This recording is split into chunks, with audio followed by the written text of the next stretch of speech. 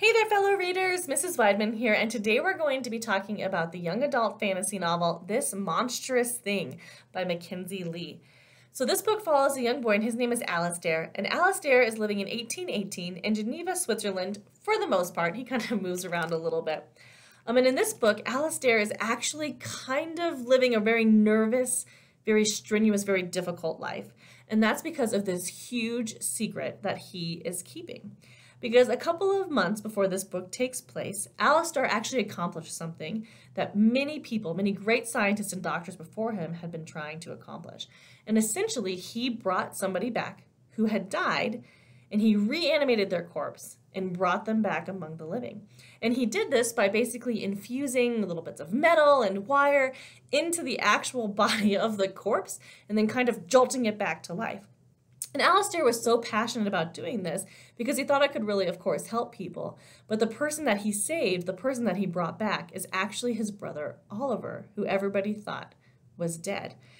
So this is the big secret that Alastair is trying to keep. He's trying to keep Oliver hidden. He's trying to provide everything he can for Oliver, while at the same time recognizing that his brother is not the same person that he was before he died. This strange clockwork man is super angry and aggressive and does things spontaneously.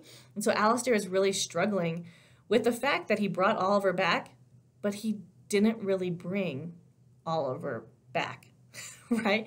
So as he's trying to keep this secret, this book actually gets published and it sheds to light essentially Alastair and Oliver's story. And he's so worried about it and that he has to stay in hiding and eventually seek refuge with this doctor named Dr. Giesler, right, who's this kind of this notorious evil figure as well, who already got chased out of Geneva for his crazy experiments with clockwork men and reanimating dead tissue.